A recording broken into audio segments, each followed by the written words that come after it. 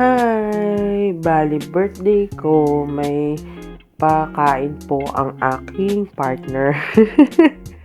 Bali nilibre niya po ako sa Neo Vikings sa may podium. Grabe, sobrang okay to sa mga birthday celebrant kasi magdala lang kayo ng one paying adult, isa lang yung babayaran nyo. So, parang ang lumalabas, 600 lang kayo each, ganun. Sobrang okay na talaga itong mga buffet area dito sa Philippines, ganon.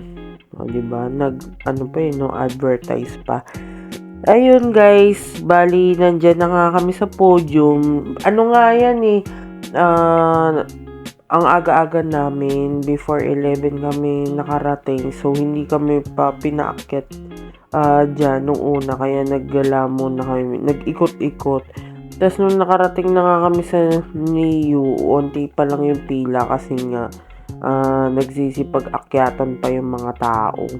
Tapos yan, nakapasok na kami, grabe, gandang-ganda ako sa lugar. Ang ganda nung ambience niya.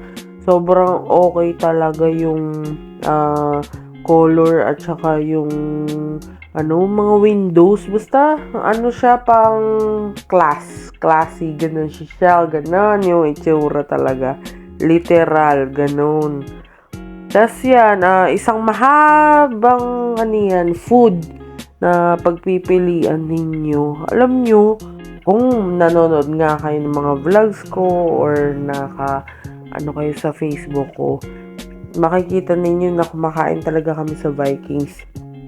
Sobrang okay dito sa Vikings na to, yung Neo Vikings sa podium. Kasi mas maraming choices, tapos mas marami talaga akong gusto.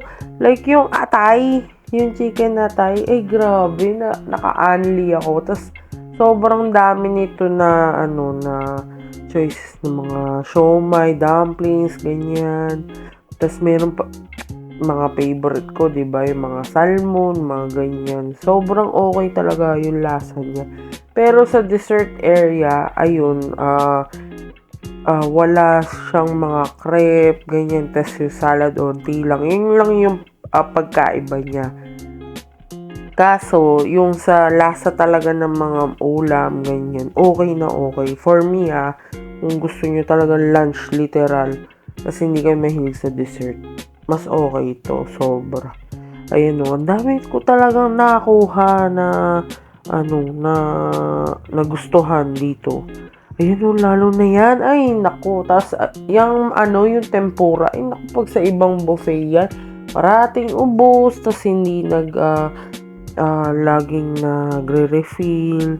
Tapos yan, pa-wine pa, may pa-wine pa, diba? Grabe. Pero yung lasa niya, hindi ko talaga trip yung lasa. Ewan ko ba, mas gusto ko pa rin gin. Pangkanto no? Tapos yan, yung sa dessert area, may ice cream naman sila, tapos big scoop pa yan. Sure akong big scoop yan. Alam ko lasa ng bubble gum. Tapos yan, kumuha kami ng kung ano-ano dyan. Ayun yung ice cream ko, yung ice cream ni Ali. Tapos may salad yan. Okay para sa akin pa rin yung salad. Tapos may saging in fairness naman sa Vikings. Ayan busog na siya. Hindi ko pala na-video yung birthday cake. Grabe. Ayan, na-take out na namin. Tapos yan, may part 2 pa ako. Ayun guys, bye! See you sa part 2.